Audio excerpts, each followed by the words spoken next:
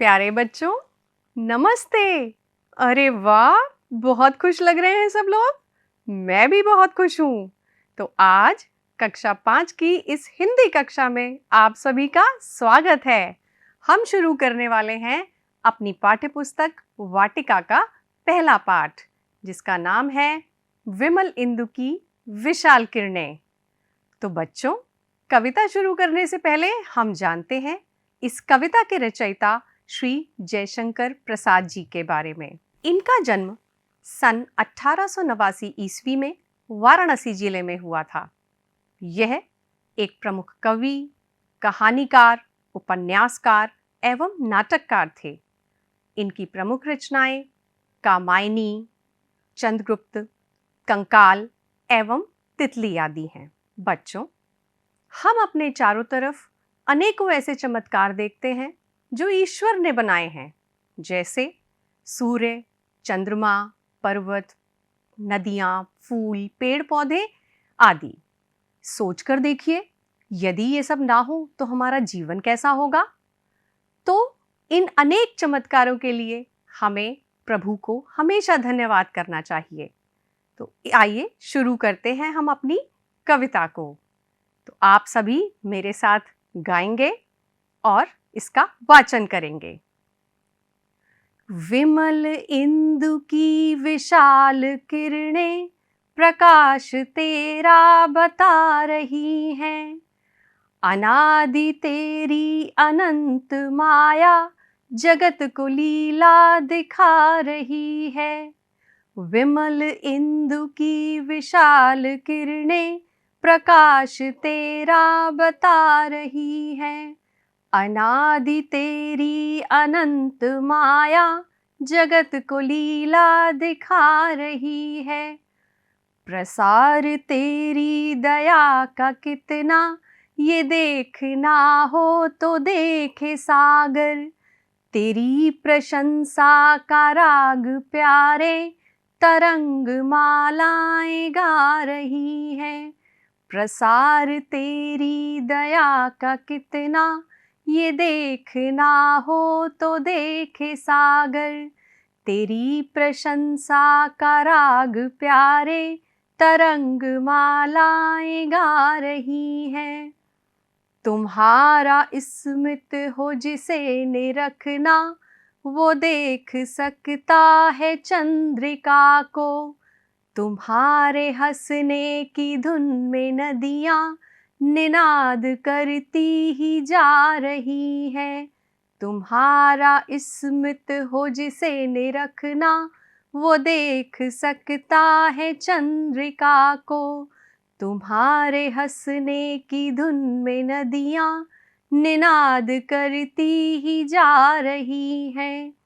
जो तेरी हो वे दया दयानिधि तो पूर्ण होता ही है मनोरथ। सभी ये कहते पुकार करके यही तो आशा दिला रही है। जो तेरी हो वे दया दयानिधि तो पूर्ण होता ही है मनोरथ। सभी ये कहते पुकार करके यही तो आशा दिला रही है। यह कविता ईश्वर की चमत्कारिक लीलाओं का बखान करती है। तो हम अब जानेंगे इस कविता के अर्थ को। विमल इंदु की विशाल किरणें प्रकाश तेरा बता रही हैं। विमल इंदु की विशाल किरणें प्रकाश तेरा बता रही हैं, अर्थात आकाश में फैली चंद्रमा की स्वच्छ धवल चांदनी ईश्वर की महिमा का गुणगान कर रही है, ईश्वर के प्रकाश का गुणगान कर रही है। अनादि तेरी अनंत माया जगत को लीला दिखा रही है। अनादि तेरी अनंत माया जगत को लीला दिखा रही है, अर्थात प्रभु की माया जिसका कोई आरंभ नहीं है, जो अनादि है, जिसका कोई अंत नहीं है, जो अनंत है, उनका दर्शन हम दिन प्रतिदिन करते हैं। तो बच्चों, देखते हैं इस कविता में इन पंक्तियों में आए कुछ शब्द अर्थ को। विमल, स्वच्छ, इंदु, चंद्रमा। अनादि, जिसका कोई आरंभ ना हो। अनंत, जिसका कोई अंत ना हो। आगे बढ़ते हैं। प्रसार तेरी दया का कितना, ये देखना हो तो देखे सागर।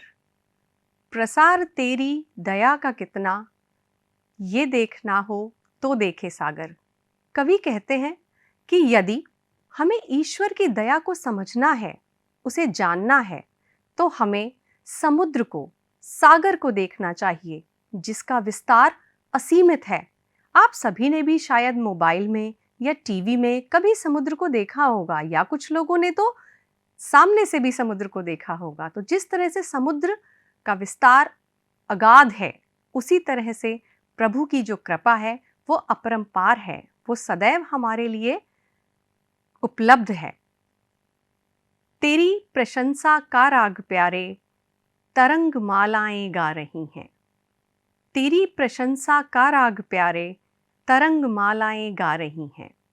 अर्थात प्रभु की दया, कृपा का गुणगान कर रही हैं समुद्र की लहरों के अनेकों अनेक समूह, और प्रतिदिन प्रति क्षण वे प्रभु की लीला का गुणगान करते हैं, प्रभु को धन्यवाद करते हैं। जानते हैं शब्दार्थ इन पंक्तियों के। प्रसार, विस्तार।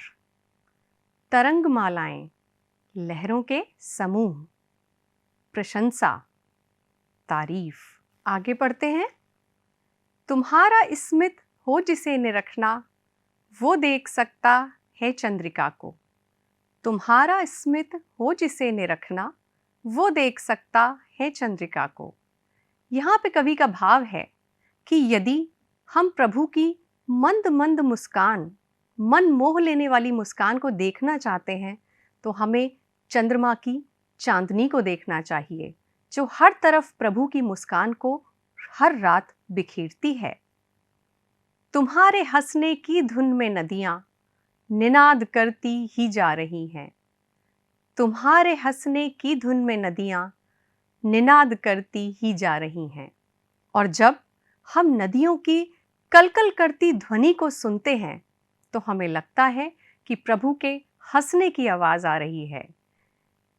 चंद्रमा की चांदनी और नदियों की कलकल करती ध्वनि प्रभु की हंसी और मुस्कान का प्रत्यक्ष प्रमाण है। देखते हैं बच्चों हम इन पंक्तियों में आए कुछ नए शब्दों को।